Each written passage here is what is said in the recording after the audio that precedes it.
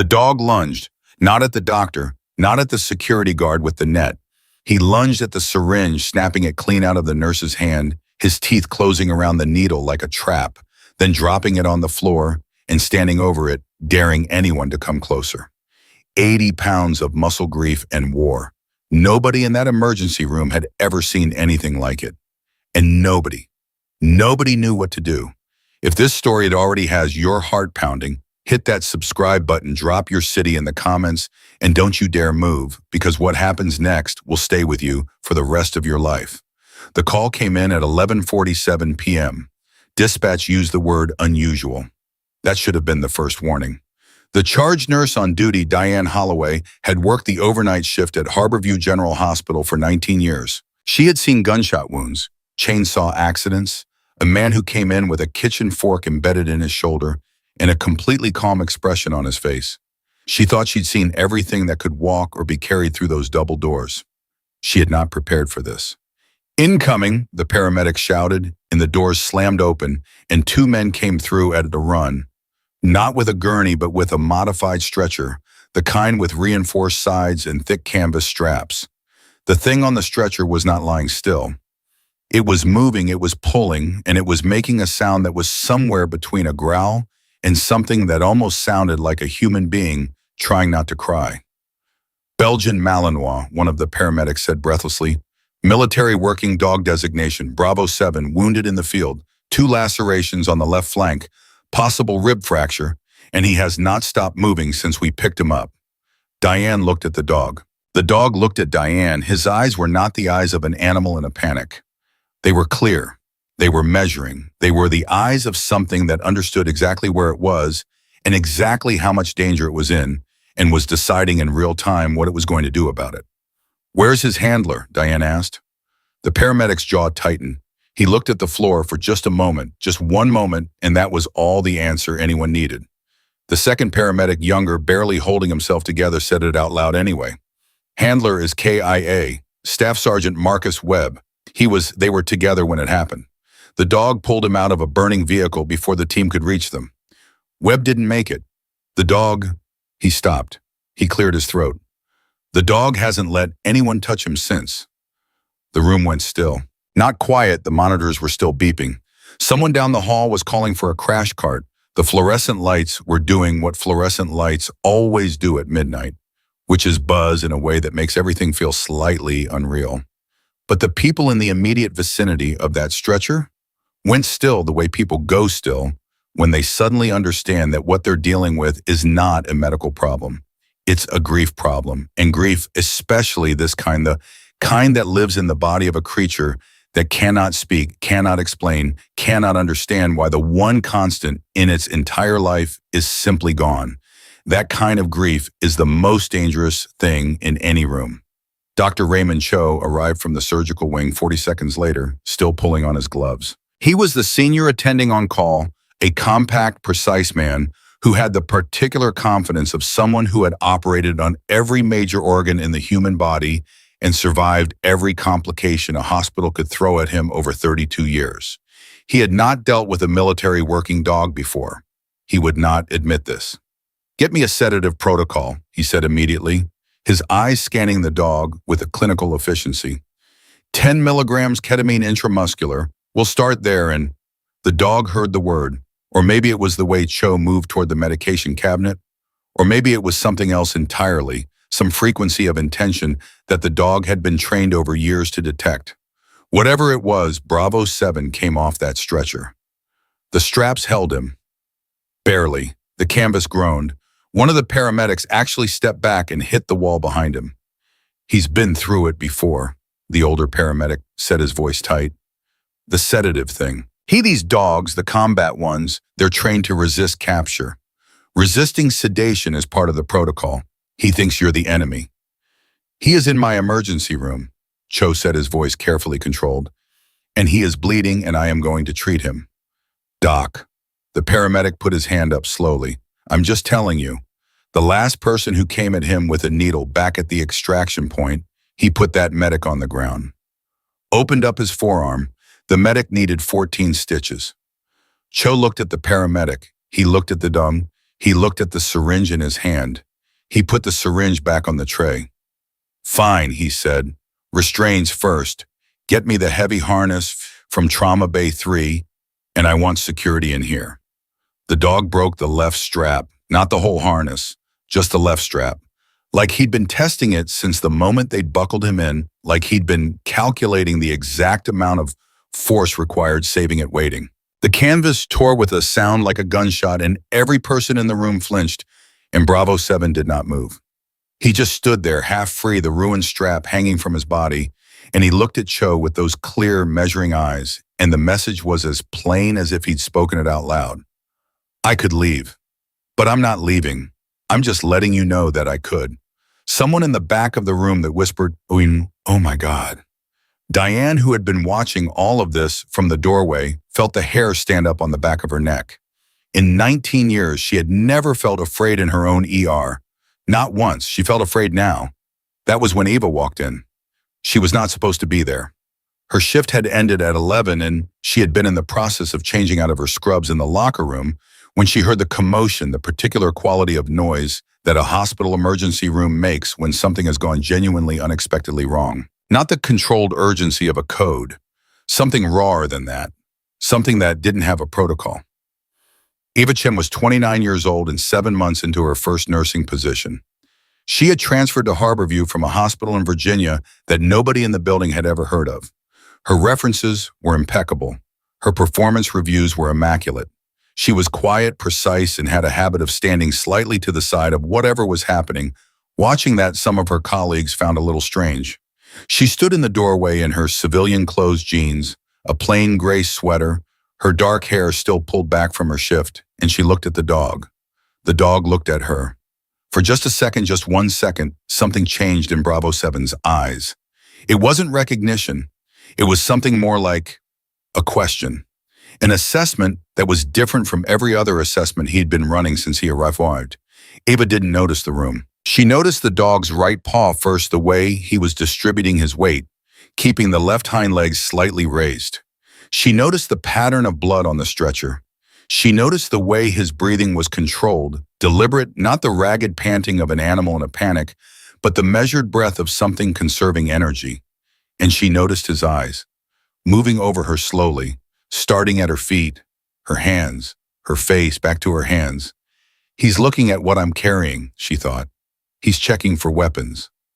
Can I ask, she said quietly, not to anyone in particular, just into the room. Has anyone tried to sit down with him? Oh, Ito. Cho turned around. He looked at her. He recognized her, the new nurse, the quiet one who sometimes lingered after handoff to review charts. He looked at her civilian clothes, then back at the barely contained 80 pounds of military dog that had just torn through reinforced canvas, and his expression said everything.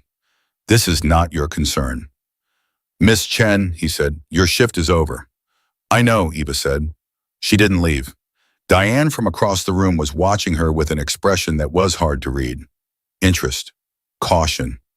Something that might have been recognition if Diane had known what she was looking at. Everyone keeps approaching him head-on, Eva said, moving in groups, reaching toward him. She tilted her head slightly. He's not reacting to people. He's reacting to hands, specifically to hands holding objects. That is a very interesting observation. Cho said, his tone making it clear that it was not. What I need right now is... He was trained for capture resistance, Eva said. Standard KNPV protocol, probably advanced through the Lackland pipeline given his age and the sophistication of his read of the room. She paused.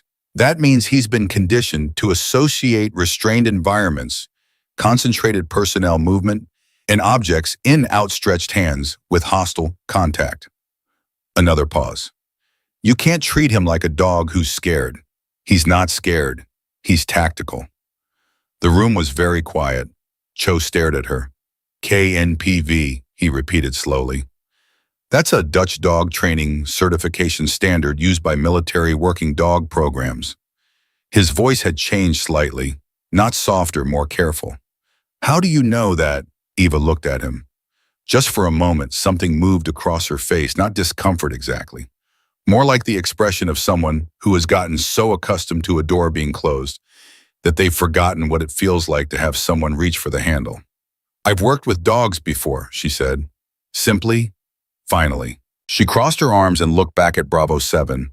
The dog had not moved during this exchange. He was watching Eva now with the kind of stillness that was itself a form of communication. A quality of attention that wasn't aggression, but wasn't the absence of it either. He was listening. He was running something through some deep internal calculus that no one else in the room had access to. You need to clear the room, Eva said. Excuse me, Cho said. Not completely. 2 people maximum. The more bodies in his sightline, the more threats he's tracking. He can't think. He can't settle. She paused. You need to clear the room. Kill the overhead lights, leave 1 standing lamp, something lower, and you need to stop moving around the equipment. This is an emergency room, Cho said flatly. I am not rearranging. He's going to tear that second strap in about 4 minutes, Eva said. And then he's going to be loose in a room full of people, and someone is going to get hurt, and he is going to bleed out on your floor. She said it without drama, without the rising inflection of someone making a threat or a plea. She said it the way you read a weather forecast. I'm trying to help you avoid that. Cho looked at the dog. The dog was, in fact, moving his weight slightly toward the second strap, testing it, just like the first. Cho looked at Eva. 2 minutes, he said. Then I'm doing this my way. He cleared the room down to himself, Diane, and 1 security officer who stood by the far wall and was ordered not to move. Ava walked to the corner where a rolling stool sat beside an empty bay, and she pulled it slowly across the floor, not toward the dog, perpendicular to him. She positioned it about 8 feet away and sat down and put her hands on her knees, both hands visible, both hands empty, turned palm up in her lap. And she waited. Bravo Bobbin tracked her the whole time, every movement. His growl was still there, low and continuous, the kind of sound that vibrates in your chest if you're close enough. His injuries, the lacerations on his flank, the rib, he wasn't favoring them the way an untrained animal would. He was managing them, containing the pain, working through it. This dog, Eva thought, and she had to push the rest of the thought away before it got too loud, was trained by someone who loved him. She sat in silence for almost a full minute. Behind her, she heard Cho shift his weight. She heard him start to speak. Not yet, she said, barely above a murmur. Cho stopped. The dog's ears moved. The growl almost imperceptibly dropped half a register. Eva lowered her chin slightly. Not submission acknowledgement. 2 different things, and if there was one thing she knew, it was that this dog would know the difference. 30 more seconds. The growl dropped again. Bravo 7 took 1 step, just 1, toward her. And then Eva did something that made every person in the room hold their breath. She spoke. 6 words. Quiet, measured. In a cadence that was nothing like English, nothing like any casual speech pattern. It had the rhythm of a command, but the weight of something older. Something that lived below the level of language. Nobody recognized them. Diane, 19 years as a nurse, multiple trauma certifications, had no idea what she had just heard. The security officer looked at Cho. Cho looked at the security officer. Bravo 7 went still, completely still. The growl stopped, not gradually, not tapering off. It stopped the way a machine stops when you cut the power immediate and total. And the silence it left behind felt enormous. The dog's ears, which had been flat back, the universal sign of, I will not be responsible for what happens next, slowly came forward. Eva said the 6 words again. Same cadence, same weight. And Bravo 7 took 2 more steps toward. Her outstretched hand lowered his head and pressed his nose against her palm. No one in the room breathed. Diane's hand was over her mouth. Cho, who had not sat down once in his entire shift, sat down. The security officer made a sound that in a different context might have been a laugh, but was really just the only noise a body can make when it has been holding that much tension and suddenly has no place to put it. Eva didn't react to any of them. She kept her eyes on the dog. She spoke again, a different phrase, this time softer still, the kind of sound that isn't quite language and isn't quite music, but is somehow both, and her other hand came up very slowly and rested on the dog's neck. Bravo 7 leaned into her, just slightly. The way a dog leans into someone when it has decided against all instinct and all evidence to trust. Hey, buddy, Eva said, and her voice was different now. Still quiet, but the formality was gone. Something warmer underneath. I've got you. Okay, I've got you. The dog's breathing changed, and Ava, without looking up, said to the room at large in the same steady voice, I need a wound assessment kit. No metal sounds. Open everything before you bring it over. And please, very slowly, someone get me a light. She looked down at the dog's flank at the lacerations she hadn't been able to assess from across the room. She let out a long, careful breath. All right, buddy, she murmured. Let's see what we're working with. Cho stood up from the stool he'd sat down on. He crossed the room to the supply cabinet. He opened it slowly like she'd said. He said nothing. But when he turned around with the kit in his hands, there was something on his face that wasn't quite his usual clinical expression. It was closer to the face of a man who has just realized that the room he thought he was the expert in is significantly larger than he knew. He walked toward Eva slowly. He crouched beside her. He did not say good work. He did not say anything that would make noise. He just opened the kit. And the three of them, the doctor, the nurse, and the bub who had crossed an ocean of grief to let a stranger's hand rest on his neck, began. Outside in the hallway through the small square window in the trauma bay door, 3 nurses, 2 paramedics, and a passing orderly stood in a row and watched in complete silence. None of them moved. None of them spoke. One of the paramedics, the younger one, the one who had said Marcus Webb's name out loud, pressed the back of his wrist against his mouth and stared at the floor. And somewhere in that building, in that hospital, where people came broken every night and left less broken or didn't leave at all, something had shifted. Something small and huge at the same time. A dog had chosen to trust, and nobody in that room yet had the slightest idea why. The wound was worse than it looked from across the room. Ava had known that the moment she'd gotten close enough to see the actual depth of the laceration on Bravo 7's left flank, not a graze, not a surface tear, but a clean, deep cut that had gone through 2 layers of muscle and was still seeping in that slow, steady way that meant a vessel nearby had been nicked, but not severed. The kind of wound that was survivable and catastrophic at the same time, depending entirely on how much longer it was left untreated. How long? She asked without looking up. Cho understood the question immediately. Extraction was roughly 90 minutes ago. Add transit time triage outside. He did the math in his head. Call it 2 hours since initial injury. Maybe a little more. Ava exhaled through her nose. He should be in shock. He should be unconscious, Cho said quietly. Neither of them said what they were both thinking. That this dog, bleeding in pain, operating in a foreign environment, surrounded by strangers hours removed from the moment his entire world had ended, had been running on nothing but sheer will. That the body in front of them had refused to surrender to its own damage because it had not yet decided whether surrender was acceptable. Bravo 7's head was still resting near Eva's knee. His breathing was measured. He watched Cho's hands with the careful attention of someone monitoring a situation they had not fully resolved, but every time Eva's voice came low, steady, that same cadence, some of the watchfulness eased. I need irrigation, Eva said. Room temperature, and I need you to open the suture kit on the floor, not the table. He's going to track any movement above his eye line. Cho looked at her. He had been a senior attending for 11 years. He had supervised residence fellows, nurses with decades of experience. He was not accustomed to receiving instructions from someone 7 months into their first nursing job. He opened the suture kit on the floor.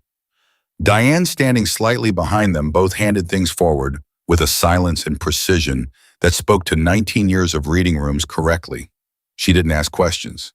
She had stopped asking questions about 8 minutes ago, around the time the dog had pressed his nose into Eva's palm, and some part of Diane Holloway's professional framework had quietly recategorized the night from unusual to something I will be telling my grandchildren about.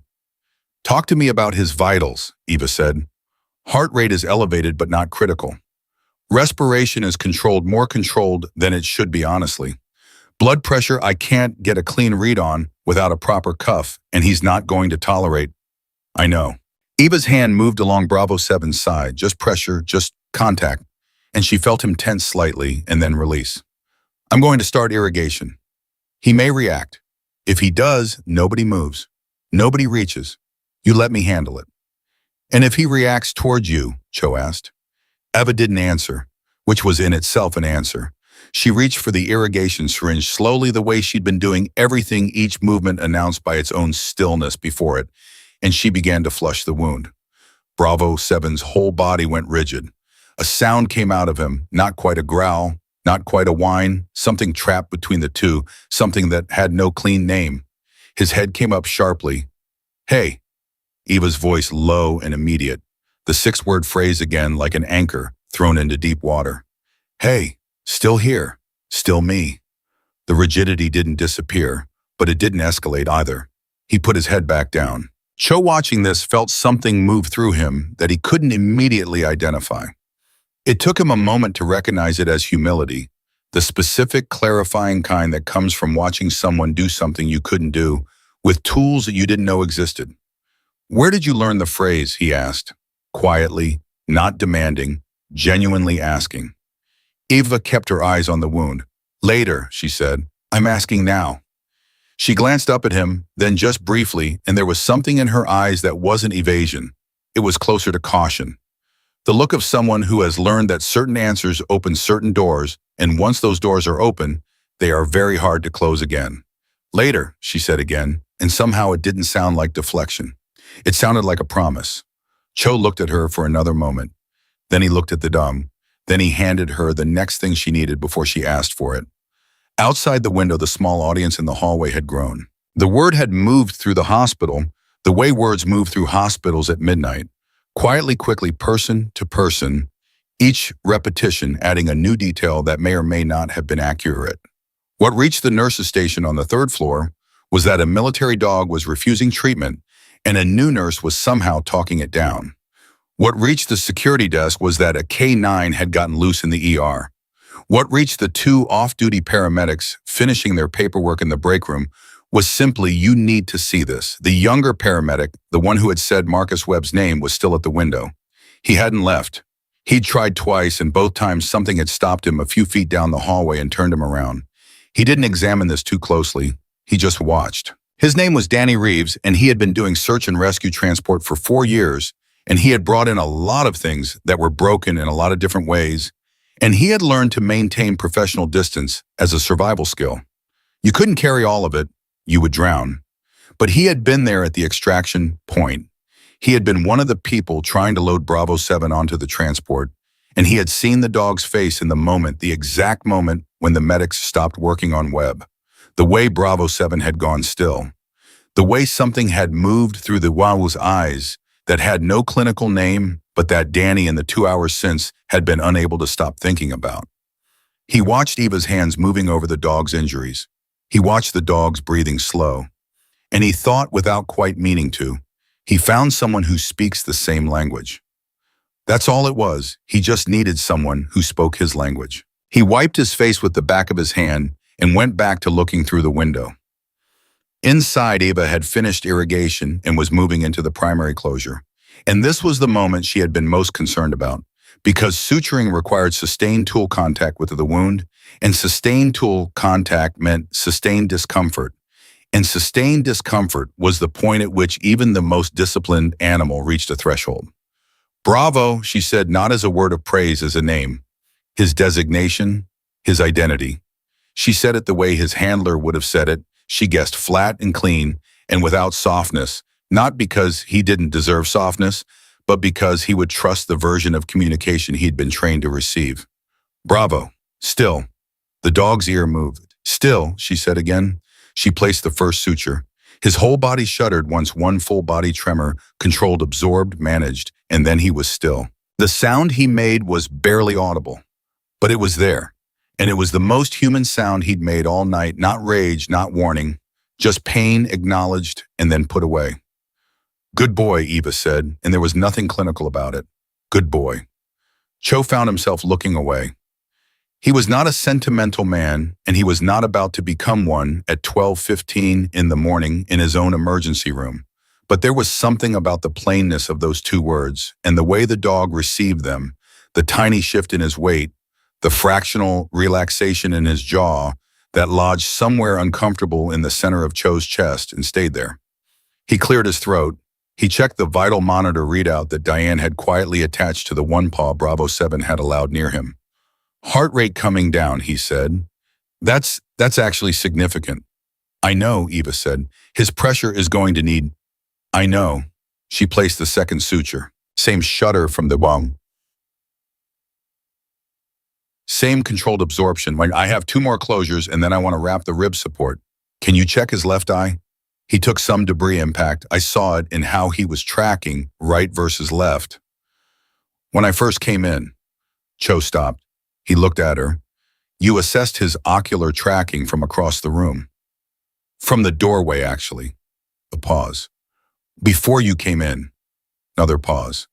Miss Chen Yam, Cho said slowly, and now his voice had shed every layer of the professional transaction and was sitting on something much more direct. Who are you? Eva kept her hands on the dog. She placed the third suture. She said nothing for long enough that the silence became its own kind of answer. Someone who's treated injuries like this before, she said finally, on Young's. On a lot of things. Cho stared at her profile, the certainty of her hands, the economy of her movements. Nothing wasted, nothing hesitant, the specific fluency of someone who has performed under pressure so many times that pressure has become just another working condition. He had been around enough surgeons, enough special operators who'd come through as patients, enough people who carried their histories in their bodies rather than their words to recognize the shape of a person who had seen the field. You're not a rookie, he said, and he said it not like an accusation, like a realization. Eva looked up at him. I'm 7 months into this job, she said. That's not a lie, but it's not the whole truth. She held his gaze for exactly 3 seconds. Then she looked back at the dog. Third closure done. I need the wrap. Diane handed it forward without a word, but Diane's eyes, when they met Cho's over Eva's head, were doing something very specific. They were confirming what he was thinking. Because Diane had been watching Eva since she walked through the door, and Diane had 19 years of reading people, and what she'd been reading for the last 20 minutes had been rewriting itself layer by layer into something that made the original picture unrecognizable. This woman is not what she said she was, not in a dangerous way, in a much bigger way. Bravo 7 shifted, his head came up again, and for a moment everyone tensed, but he wasn't reacting to the treatment. He was reacting to something else. His nose was working, and his eyes had gone to the door, and there was something in his posture that was neither aggression nor fear, but closer to alertness. The door opened. The man who stepped through was in civilian clothes, dark jacket, boots, the particular way of carrying himself that doesn't go away when you change out of uniform. He was in his 50s, lean with a face that had been weathered by decades of outdoor operations into something that looked less like aging and more like hardening. He looked at the room, processed the room in about 2 seconds, and his eyes went to the dog. Bravo 7 made a sound, not a growl, not the hostile vigilance of the last 2 hours. Something that came from a different place internally, a sound with grief in it, the sound of a creature that recognizes someone connected to what it has lost. Easy B, the man said, and his voice was low. Easy. He looked at Eva then, and Eva looked at him, and what passed between them in that look was not the introduction of two strangers, it was the recognition of two people who had inhabited the same world, one that most of the people in this building would never know existed. Commander, Eva said quietly. Cho's head moved back and forth between them like he was watching a language he had no alphabet for. Chen, the man said. And then because he couldn't help it, because it was 2 a.m, and a good dog had made it to a hospital alive and a man he'd served with was not going to do the same. He said, you still have it. Ava's jaw tightened. Once. How is the team? Standing by, they wanted to come in. I told them one at a time. He looked at the dog again. Is he going to be all right? Physically, yes. Ava didn't hesitate. He's going to be all right. The commander nodded once. He pulled a chair from the wall, placed it 6 feet from the dog, exactly the right distance, and he sat down. He put his forearms on his knees, and he looked at Bravo 7, and he did not say anything else. Bravo 7 watched him. The alertness stayed, but the grief in that sound he'd made that sound receded slightly the way a wave recedes.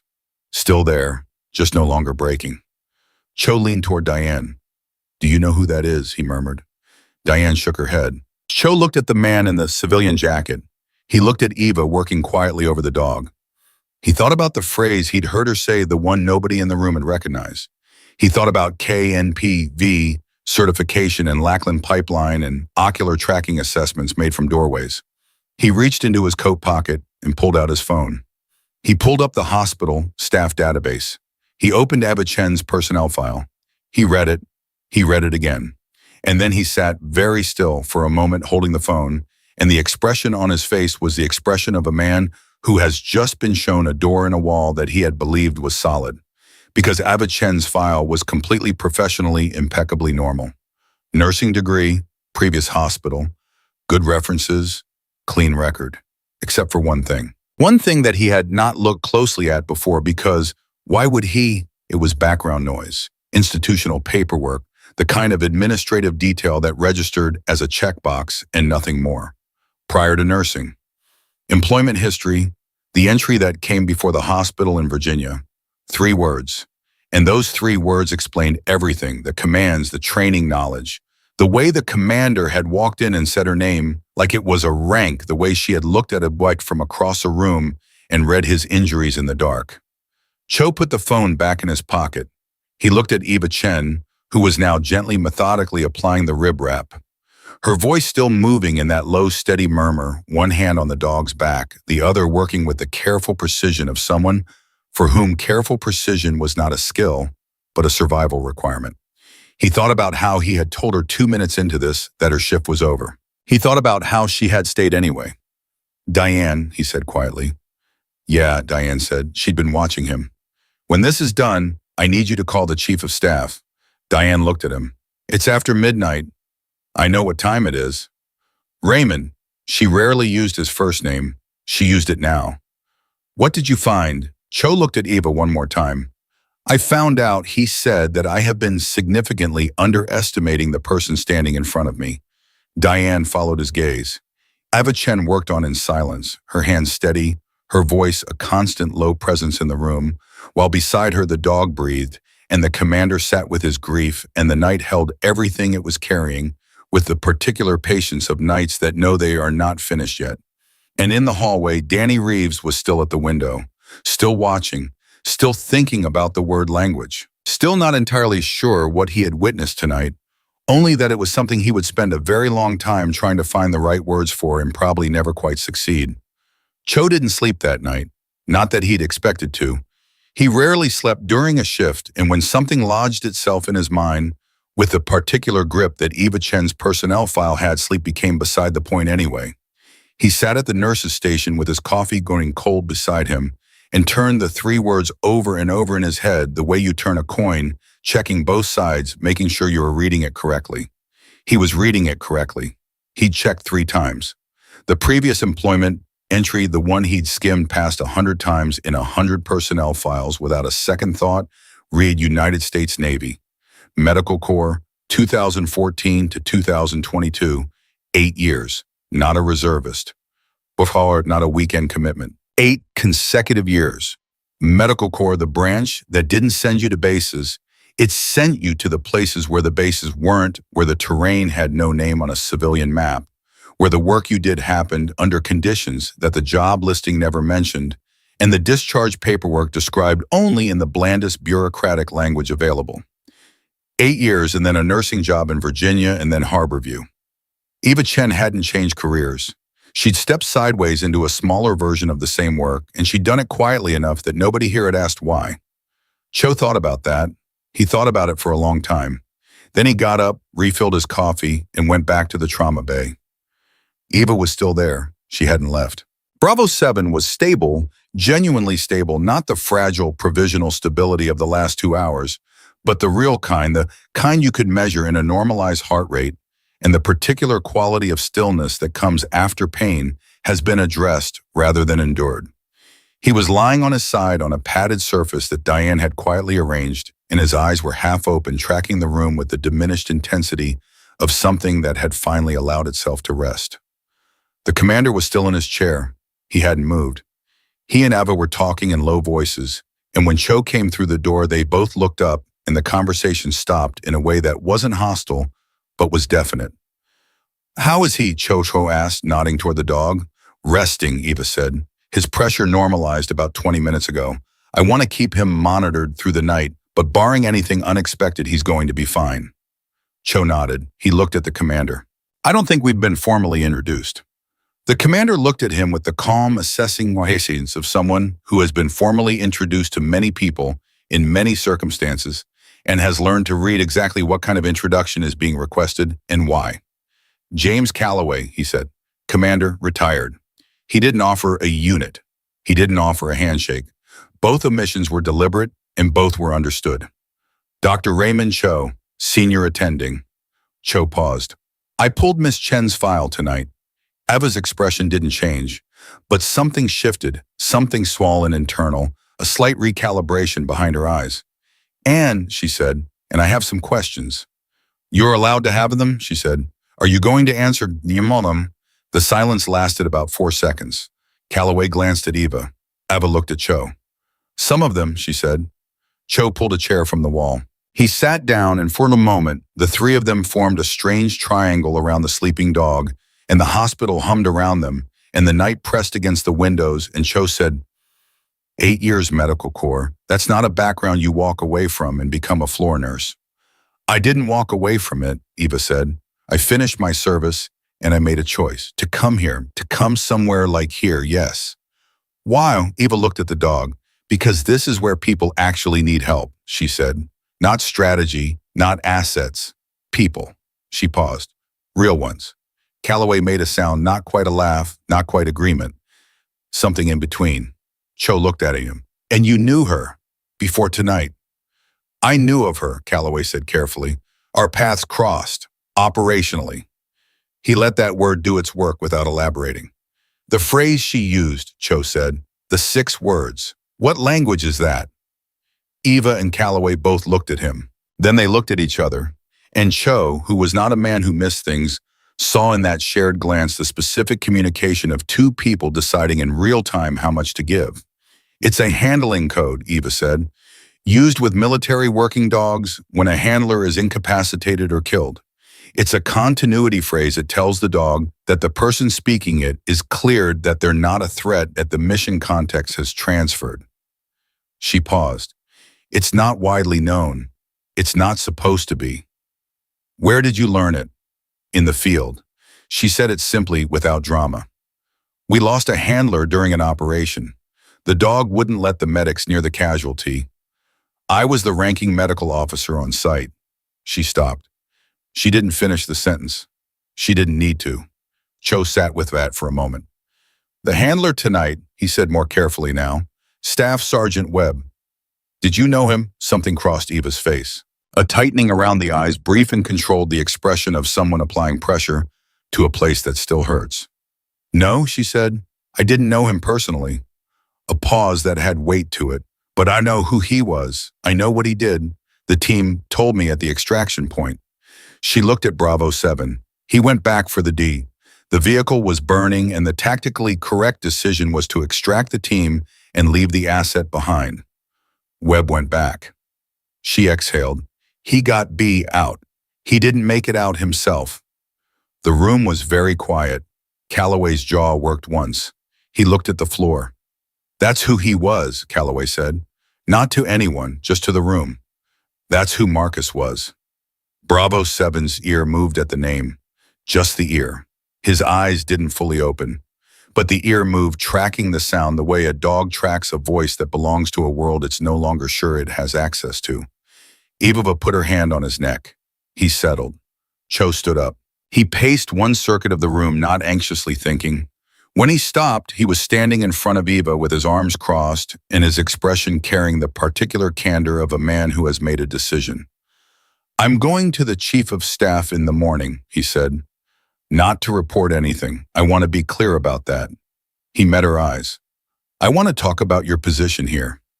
Eva looked at him steadily. My position is fine. Your position is wasted, he said flatly. You have surgical training field experience and a skill set that this department has needed for 2 years. The fact that you've been doing overnight vitals and IV rotations for 7 months. He stopped himself. I just want to have a conversation. Dr. Cho, Eva's voice was even. I appreciate that. I genuinely do, but I chose this assignment carefully. I chose this level deliberately. She paused. I'm not hiding, I'm resting. There's a difference, maybe though. From what, he asked. She looked at him for a long moment. From 8 years of places where the work never stopped and the cost of every decision was a person. She said it without self-pity, without drama, the way you state a fact about weather or distance. I needed somewhere I could be effective without being consumed. She looked at the dog. This job, this level, this pace, I can help people here. I can go home. I can sleep. A beat. Most nights. Cho uncrossed his arms. The confrontational energy left his posture. He looked at Eva the way you look at someone when you realize you have been making assumptions about what they need without asking them what they actually need. All right, he said quietly. All right, she said. And then the door opened and everything changed again. Danny Reeves came through it still in his paramedic jacket, his shift long over. No professional reason to be anywhere near this room, and he was holding his phone and his face had a look on it that Cho recognized immediately because he'd seen it in his own mirror on nights when something happened that had no clean resolution. I'm sorry, Danny said, looking at Eva. I know I shouldn't be in here. I need to tell you something. Eva looked at him. Okay, she said. I was at the extraction point when they brought him in. He glanced at Bravo 7. Before I loaded him, I went back because I thought I'd left my kit bag, and I saw. He stopped. He pressed his mouth into a line. Started again. Webb's team was still there. They were doing the recovery, and there was one of them, younger kid, couldn't have been more than 22, and he was talking to the dog, trying to get Bravo to come with him, and the dog wouldn't go. And this kid was saying, his voice caught. He steadied it.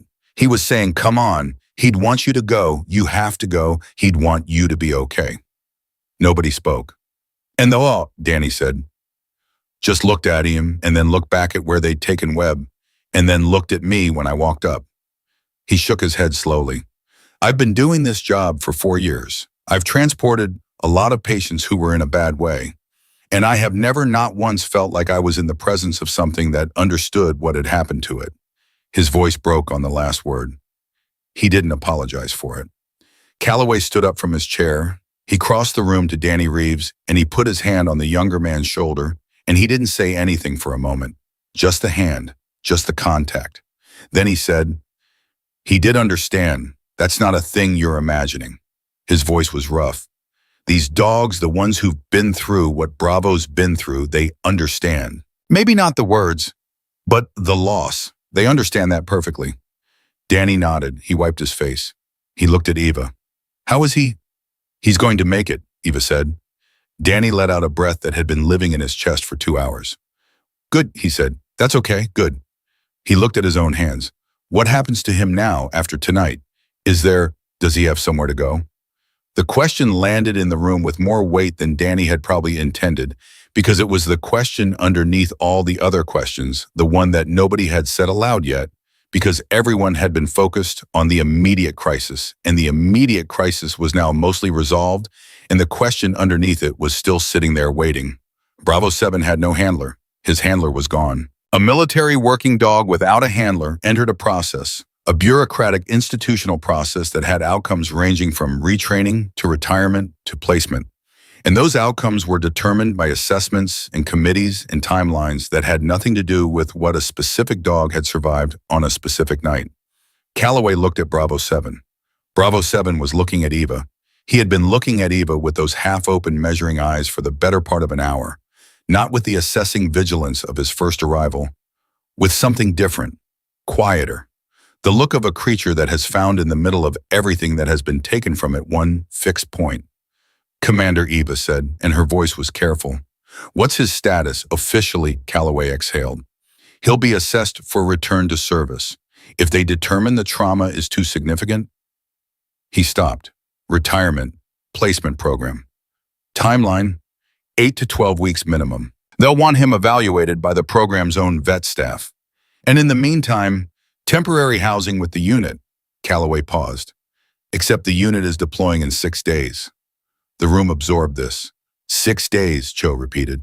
6 days, Calloway confirmed. He looked at Eva, which is why I came in tonight myself instead of sending someone, because I needed to see how he was, and I needed to see. He stopped. He looked at the bow and then at Eva, and something in his face was doing the work of a much longer conversation. I needed to see if there was someone here who could bridge the gap. Eva went very still. James, she said, I'm not asking officially, he said. I'm not asking in any capacity that puts anything on paper. I'm asking you as someone who knows what this dog has been through and knows what the next 8 weeks will look like if he goes into standard holding without a consistent point of contact. His voice dropped. He almost died tonight because he wouldn't let anyone near him. In standard holding with rotating staff unfamiliar handlers, no continuity. I know, Eva said. Then you know what I'm asking. The silence that followed was the kind that contains an entire conversation. Every argument, every counter-argument, every reason, and every cost compressed into the space between two people who understand each other well enough that none of it needs to be spoken out loud. Cho watched it happen. Diane, who had come back in silently 10 minutes ago, watched it happen. Danny watched it happen. Bravo 7 watched Eva. I work nights, Eva said finally. I know, Calloway said. My apartment doesn't allow animals. I know that too. You've done your homework. I always do my homework. He waited. Eva. Eva looked at the dog. Bravo 7's tail moved. Just once, a single slow movement, like a flag being raised carefully checking to see if the wind would hold it. I'm not his handler, she said. No, Calloway agreed. You're just the person he trusts. Cho felt the words land. He saw them land on Eva too, saw the way they moved through her, the way they found the place in her that had been trying to rest for 7 months, and rest hadn't quite taken yet, and he thought there are some people for whom the work never fully stops. Not because they can't let it go, but because it keeps finding them. Because the things that need doing have a way of locating the people most equipped to do them, and all the quiet nursing shifts in the world don't change the fundamental nature of who you are. Eva was quiet for a long time. Bravo 7's tail moved again. 6 days, she said. 6 days, Calloway confirmed. Then we reassess.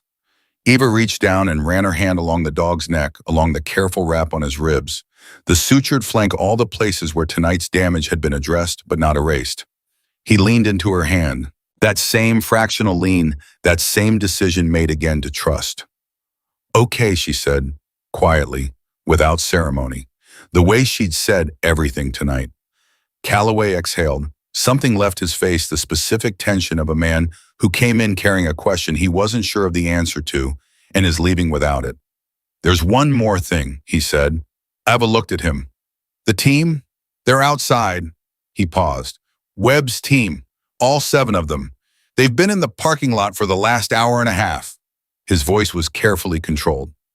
They wanted to know if he was going to make it. I told them I'd come back out. Eva looked at the dean. She looked at Calloway. Tell them yes, she said. Tell them he made it. Calloway nodded once. He walked to the door. He stopped with his hand on the frame. Chen, he said. She looked up. Webb would have wanted it to be you, he said. If he'd known if he could have chosen who was going to be here tonight, it would have been you. He walked out. The door closed behind him. Eva sat in the silence that followed her hand on the dog's back, and nobody in the room said anything for a while because nobody needed to, because there are moments that are complete without commentary, and this was one of them.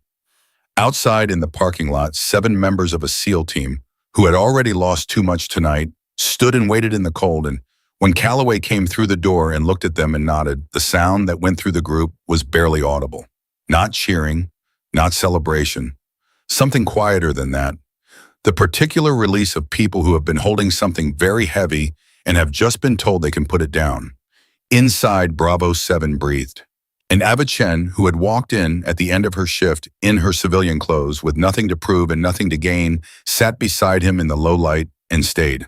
The morning came the way mornings always come after nights like that. Not gently, not with the decency of a gradual transition, but all at once like someone throwing open a door that had been shut too long. The overnight staff handed off to the day shift, the fluorescent lights did what they always did, and the hospital resumed its daytime personality, busier, louder, less honest somehow than the quiet hours when the building's real work happened. Eva had not gone home. She had told herself she would leave at 4, then 5. Then she'd stop telling herself things and just stayed. Bravo 7 was awake by 6:15. Not the half-alert drowsiness of the previous hours, but fully awake, head-up eyes, tracking, running his assessment of the room with the same systematic attention he'd had when he first arrived. Except now the assessment had a different quality to it. Less threat mapping, more orientation. He was learning the space rather than defending against it, which was a distinction that meant everything. He looked at Eva when she came back from the supply room with fresh water. His tail moved. It was a small thing. It was not a small thing at all. "Morning," she said. He watched her put the water down within his reach. He didn't move toward it. Immediately, he watched her step back first, and only when she'd settled into the chair beside him did he lean forward and drink. Long, steady pulls. The purposeful hydration of something that had decided it was going to survive and was now making good on that decision. Diane came in at 6:30 with 2 cups of coffee, one of which she handed to Eva without a word, and the two women sat in a silence that had the comfortable quality of an understanding that didn't need language. After a while, Diane said, "You know the day shift is going to lose their minds when they see this." "Probably," Eva said. "Karen Malloy is charge nurse today. She has never, not once in 15 years, allowed an animal in this bay." "Bravo 7 isn't an animal," Eva said. "He's a patient." Diane looked at the dog. The dog was now watching her with calm, measured attention. She looked at Eva. "Does he bite?" "He hasn't bitten me." "That's not what I asked." "No," Eva said. "He won't bite you. Not anymore." She paused. "Don't reach for him first. Let him come to you." Diane sat with her coffee and regarded the bum, and the dog regarded her back, and after about 45 seconds of this mutual assessment, Bravo 7 very deliberately looked away. Not with hostility, just with the specific dog communication of, "You've been evaluated, you passed, I am no longer actively monitoring you," and Diane felt something move through her that she couldn't entirely name. "Lord," she said quietly, "he really does understand, doesn't he?" "More than most people give him credit for," Eva said. The door opened at 6:52, and it was not Karen Malloy. It was Dr. Philip Garrett, Chief of Staff, in his day clothes, with a travel mug in his hand, and the expression of a man who received a call at 1 in the morning and spent the subsequent 5 hours deciding how he felt about it. He was 61, silver-haired, had the bearing of someone who had been running a major hospital system for long enough to have developed the particular patience of a person who is rarely surprised but is occasionally genuinely interested. He looked at the dog, he looked at Eva, he looked at the Yate again. "Raymond called me at 1:15, he said. "I know," Eva said. "I'm sorry about the hour." "Don't be." He pulled a chair from the wall. Everyone kept pulling chairs from the wall in this room. The chair had become a kind of ritual, and he sat down with the deliberate ease of a man who has learned that sitting at eye level with the people he needs to talk to produces better conversations than standing over them. "He told me what happened. All of it." He glanced at Bravo 7. "How is he form? Stable.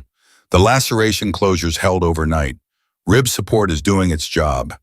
He needs a proper veterinary assessment today for things I couldn't address, but the immediate crisis is resolved." Garrett nodded. "And you have been here since 11 p.m. He looked at her for a long moment. "Not clinically, personally. The way you look at someone when you're trying to understand not what they did, but why." "Raymond also told me about your file," he said. Eva said nothing. 8 years medical corps. "Yes. You listed it. It was in the paperwork you submitted when you applied here." He paused. "I hired you without reading past your nursing certification." "Most people do," Eva said. "That bothers you." "It doesn't bother me," she considered. "It was what I was counting on, honestly." Garrett studied her. "You wanted to be invisible." "I wanted to be normal," she said, and the distinction in her voice was slight but real. "There's a difference," and she looked at Bravo 7. "You spend 8 years being whatever a situation requires surgeon trauma, specialist person who can make a life or death call in 14 seconds in the dark, and you forget what it's like to just be someone who shows up, does their shift, goes home." She paused. "I wanted to remember what that felt like." "And did you?" Garrett asked. "Remember?" The question sat between them. "I was getting there," Eva said. Garrett let out a breath that wasn't quite a laugh but had the same shape. He looked at the dog. "You saved this animal's life last night." "He was doing most of the work," Eva said. "I just gave him a reason to cooperate." "Raymond said the phrase you used, the handling code." Garrett's voice was careful. He said nobody in the room had ever heard anything like it.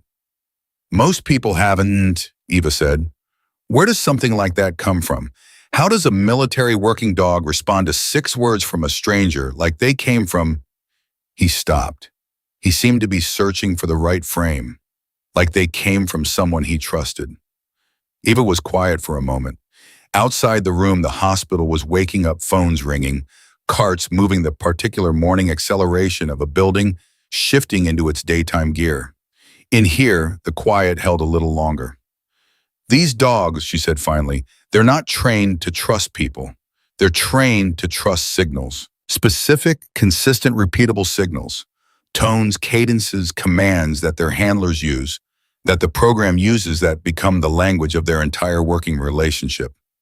She looked at Bravo 7. When a handler dies in the field and the dog is still operational, you need a way to communicate that the mission hasn't ended, that there's still someone in authority. The continuity phrase does that. It's not magic. It's just the right frequency. She paused. He didn't trust me because of the words.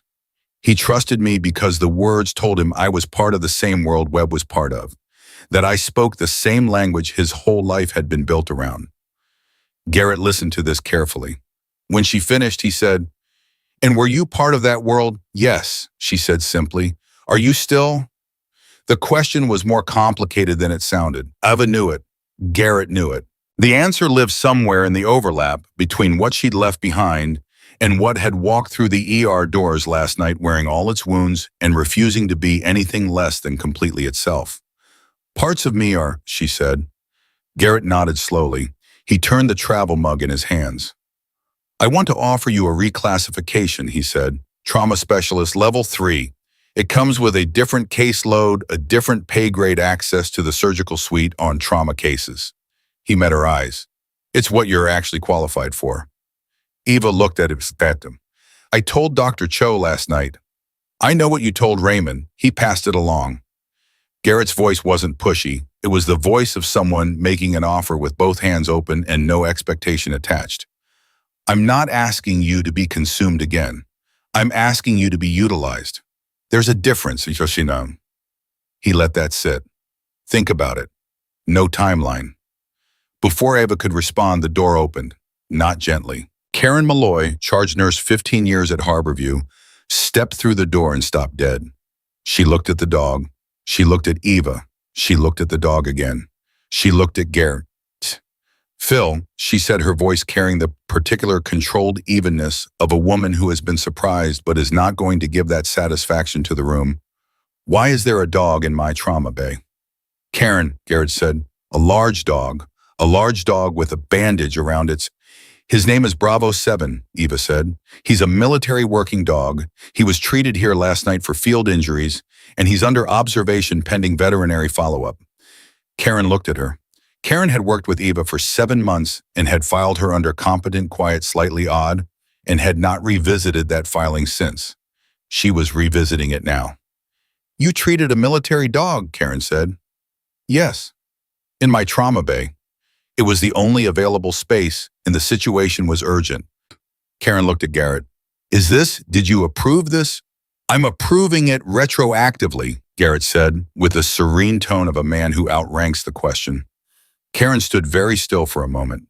Bravo 7, who had been watching her since she came through the door, with the focused attention he gave to new arrivals, chose this exact moment to stand up, shake himself once, carefully compensating for the rib wrap, and walk 3 steps toward Karen before sitting down and looking at her with an expression that on a human face would have read as "your move."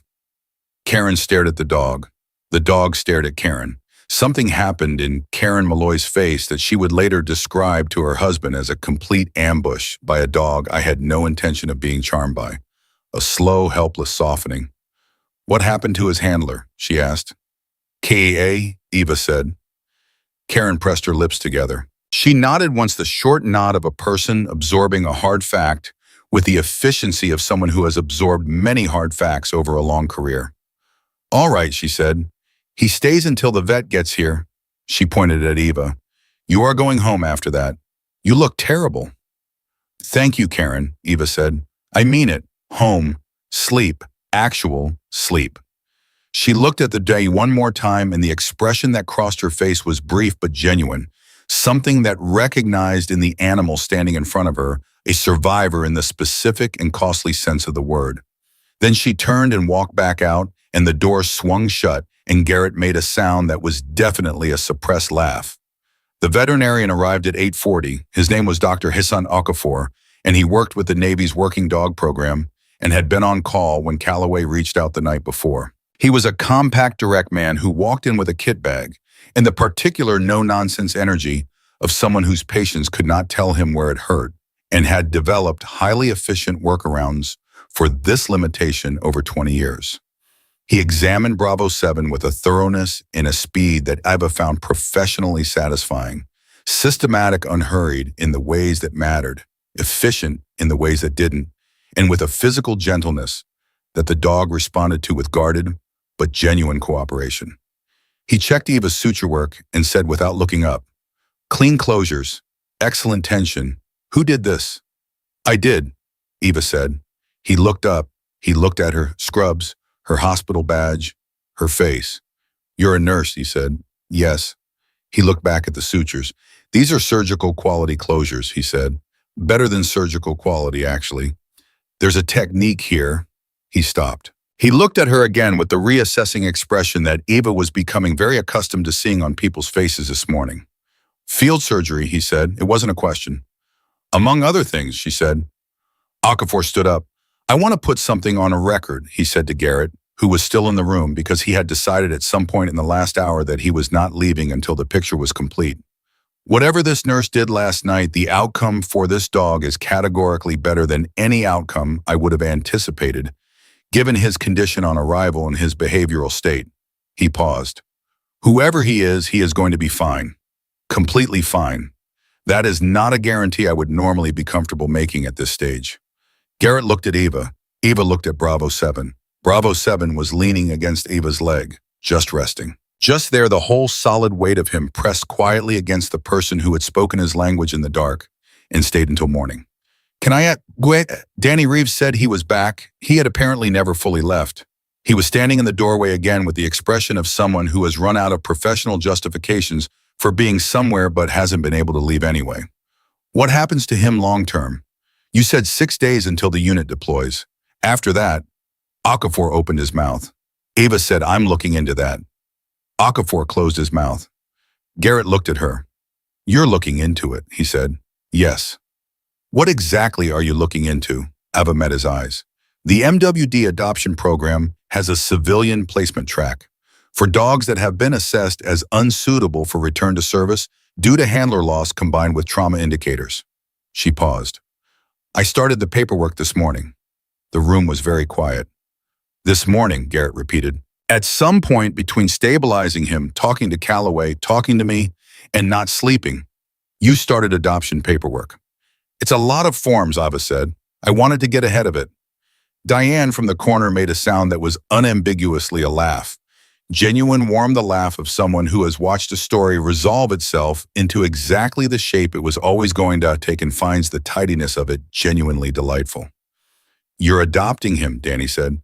"I'm applying to adopt him," Eva said. "It's a process. There's an evaluation period, a home assessment, a behavioral compatibility." "Eva," Garrett said. She looked at him. "The dog is leaning on you," he said. She looked down. Bravo. 7 had shifted his weight further into her leg, and his eyes were half closed, and he had the specific posture of an animal that has, through some deep and private calculation, decided where it belongs. "I know," she said. "Do you think he's going to fail the compatibility assessment?" A pause. "No," she said. "Then stop calling it an application," he said, and the gentleness in his voice was the kind that only comes from watching something good happen after something terrible. "Call it what it is." Ava looked at the dog. The dog, as if he understood the precise weight of the moment, and maybe he did. Maybe he understood more than anyone in this room would ever fully know, opened his eyes and looked back at her with those clear, measuring eyes. The eyes that had been assessing every person who came near him since he arrived, running the calculation, tallying the evidence, deciding who was safe and who was not. He had made his decision last night. He was not revising it. Okay, Eva said quietly. She put her hand on his head. He pressed up into it. And then the door opened one more time, and this time it was the whole day shift, 5 nurses, 2 orderlies, and Karen Malloy, who was pretending she wasn't leading the group, and they filed in with the barely contained energy of people who have been hearing a story secondhand all morning and have decided they need to see the ending with their own eyes. They stood in a loose semicircle and looked at Eva and the dog looked back at all of them. And the difference between this moment and the moment 11 hours ago, when a traumatized military animal had snapped a syringe out of a nurse's hand and stood over it like a declaration of war, was so complete, so total, that more than one person in the room felt the back of their throat tighten in a way they weren't quite prepared for. Danny was in the back of the group. He looked at Eva and the dog, and he thought again about the word language. And he thought about the young seal in the parking lot saying he'd want you to be okay. And he thought about how a dog had carried that instruction wordlessly across hours of pain and grief and a hospital room full of strangers until it found the one person in the building who knew how to receive it. Garrett stepped forward. He looked at Eva, and he looked at the room full of people who had come to see the end of the story, and he said loud enough for all of them to hear, "I want it on record that last night a member of this staff did something that most of us in this building didn't know was possible." He paused. She walked into a situation that everyone else had assessed as unresolvable, and she resolved it. Not with force, not with protocol, with knowledge, with experience, with the specific kind of courage that doesn't announce itself. He looked at Eva. "And I think everyone in this room deserves to know who they've been working next to for the last 7 months. Eva looked at him. Her expression was composed, steady. But in her eyes, there was something that was fighting to stay, that composed the thing that lives underneath years of controlled professionalism and waits for the one moment when someone sees it clearly and calls it by its name. "Phil," she said quietly, "you can stop me if you want," he said, "but I don't think you're going to." She didn't stop him. She looked at Bravo 7. Bravo 7 was looking at her. And in this room in this hospital on this morning that had come after a night that nobody was going to forget, Eva Chen, who had walked in at the end of her shift with nothing to prove and nothing to gain, sat quietly while the world she had tried to leave behind reached forward and gently, without cruelty, folded itself around the world she had tried to build. The two things had never been as separate as she'd wanted them to be. She was starting to think that might be all right. Garrett spoke for 4 minutes. That was all it took. 4 minutes to say what 7 months of quiet shifts and careful anonymity had kept compressed into the background of a building full of people who thought they already knew who Eva Chen was. He didn't editorialize. He didn't perform. He laid out the facts the way a good doctor lays out a diagnosis clearly, without flinching, with the specific respect of someone who understands that the truth doesn't need decoration to be significant.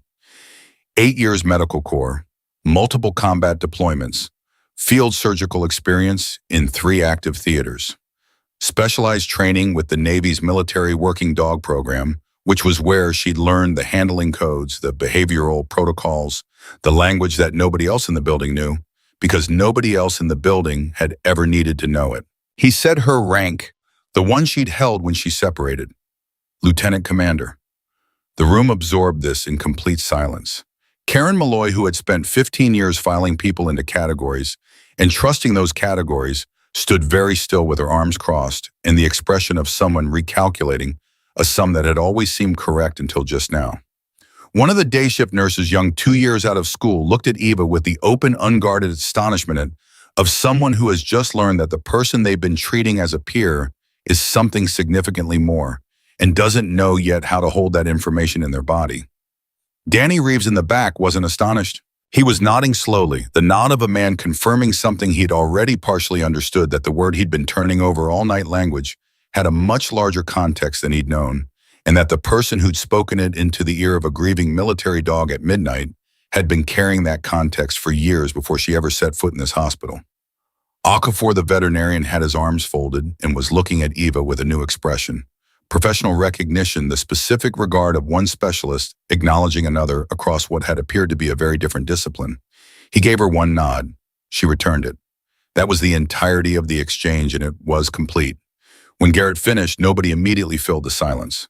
Then Karen Malloy uncrossed her arms and said, "Why didn't you say anything?" Her voice wasn't accusatory, it was genuinely asking. The question of a woman who runs a floor on the understanding that she knows what she has and has just learned she fundamentally did not. Eva looked at her. "You hired a nurse," she said. "I came to be a nurse." "You came to be a nurse," Karen repeated. "After 8 years you chose to come here and do vitals and IV rotations and—" "Yes," Eva said. "Why?" "I told Dr. Cho last night. I told Dr. Garrett this morning." Eva paused. "I needed to come back to the beginning. The part of medicine where you can see the direct line between what you do and who you help. No chain of command, no strategic context. Just a person in front of you who needs something done." She looked around the room. This floor, these people, this work. Her voice was quiet, but it had no apology in it. "It wasn't a step down. It was what I chose." Karen looked at her for a long moment. "Well," she said finally, and the word had about 12 things packed into it. Respect recalibration, a 15-year veteran nurse's acknowledgement that she had been thoroughly and completely outflanked by someone she'd been gently patronizing for 7 months. "Next time you come in knowing something the rest of us don't, you could consider mentioning it before 2 in the morning." "I'll keep that in mind," Eva said. Karen turned and walked back toward the door. She stopped. She turned back. She looked at Bravo 7, who was watching her with that steady, clear-eyed attention he gave to things that interested him. "The dog," she said. "He's staying. Working on it," Eva said. "Karen Malloy," Karen said to the dog with the matter-of-fact delivery of a woman introducing herself to something she has decided to accept. "Charge nurse. Don't touch the medication cart and we'll get along fine." She walked out. Bravo 7 watched her go. His tail moved twice. The room exhaled in a way that felt collective, the specific group release of tension that leaves behind something lighter and warmer than what came before it. 2 of the nurses started talking to each other in low voices. Okafor began packing his kit with the efficient movements of a man completing a task he's satisfied with. Diane drifted to the supply cart with the easy purposefulness of someone returning to the work of the day. And then the door opened again, and the temperature of the room changed. The man who came in was in his 30s, in civilian clothes, but wearing them the way military people wear civilian clothes, like a costume over something that won't come off. His eyes were red, not the red of a man who hadn't slept, but the specific particular red of someone who has been crying and has stopped and is fighting to keep stopped. He was broad-shouldered, dark-haired, and he stood in the doorway the way you stand when you're not sure you're allowed to be somewhere. He looked at Bravo 7. Bravo 7 looked at him.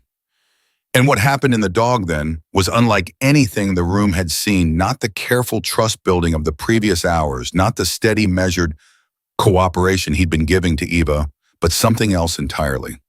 Something that came from deeper down. His whole body changed. He was on his feet before anyone processed that he'd moved. His ears were forward. His tail was moving, not the careful, tentative movements of the past hours, but fully, urgently, the full-body expression of a creature recognizing something it thought it had lost. A sound came out of him, a high, broken sound that had no aggression in it, nothing tactical or controlled. It was pure. It was grief resolving itself into recognition. It was a dog saying in the only language available to him, "I thought you were gone, and you are here, and I don't understand, but you are here." "Easy B," the man said, and his voice broke on the first word. He didn't try to fix it. He crossed the room in 4 strides and went down to one knee on the floor, and Bravo 7 hit him like a wave, not violently, but with the full committed weight of something that has been holding itself together for hours and hours, and has finally found the one place it's safe to stop holding. The man's arms went around the dog. His face went into the dog's neck. His shoulders shook once, twice, and then he pulled himself back to stillness, with the visible physical effort of someone who has been trained to manage themselves in front of others and is at the absolute edge of that training's capacity. "Who is that?" Danny said quietly from the back. Garrett answered equally quietly. "Calloway said one of the team members asked to come in. Couldn't wait in the parking lot anymore." Eva was watching them. Her hand was at her side, and there was something in her face that was open in a way it hadn't been all night. Not professional composure, not careful steadiness, but the undefended expression of a person watching something that reaches past all the places where you have learned to keep yourself protected. "His name is Torres," she said softly. He was Webb's closest friend on the team. Nobody asked how she knew that. Torres had his forehead against Bravo 7's. His mouth was moving. Nobody could hear what he was saying. It didn't matter. The dog's whole body was pressed into him, that same deep lean that he'd given to Eva, but different, older, more known, carrying the weight of a specific shared history that went back years. After a long moment, Torres looked up. His eyes found Eva. "You're the nurse," he said. His voice was rough but steady. "Yes," she said. He looked at her for a moment with the evaluating directness of someone who has been briefed and is now verifying. "Calloway told us what you did last night." He paused. "The code." "It worked," she said simply. "The code doesn't work for everybody," Torres said. "You know that. It's not just about knowing the words." His voice was careful, carrying information. "It's about the dog reads you, every signal, whether you mean it, whether you're real." He looked at Bravo 7. "He accepted you."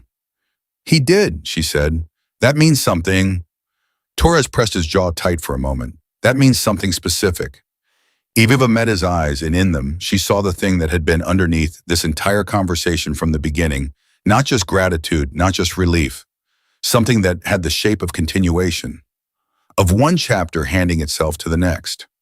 Webb would have, Torres started. He stopped. He tried again.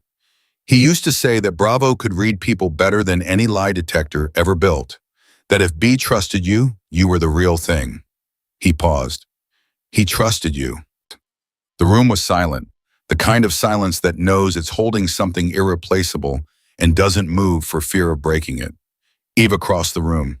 She crouched down so she was at the same level as Torres, both of them beside the dog, and Bravo 7 turned his head and pressed his nose briefly against her hand, checking, confirming both things present, both things real before returning his weight to Torres. "Tell me about him," Eva said.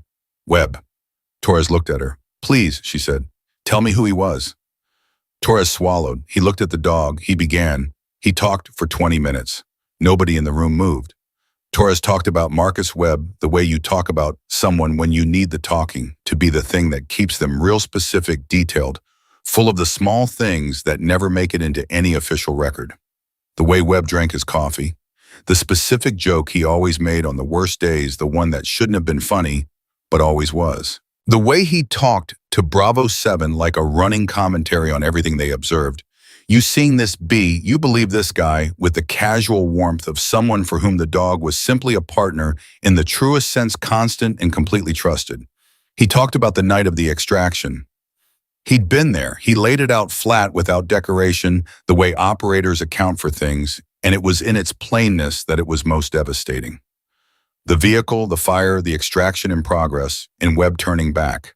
The moment when everyone still standing understood what he was doing. The moment that could not be undone. "He got B out," Torres said. "He got him clear." He looked at the dome. And then he didn't. He stopped. His jaw worked.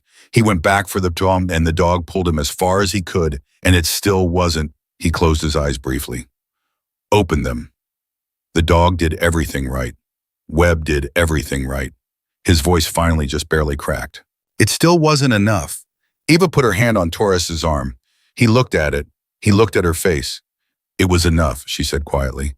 "The dog is here. The dog is going to be okay. That is directly because of what Marcus did." She held his gaze. "That is the direct, complete result of what he chose." It was enough. Torres was silent for a long moment. "Yeah," he said. The word came out rough and worn and finally unburdened.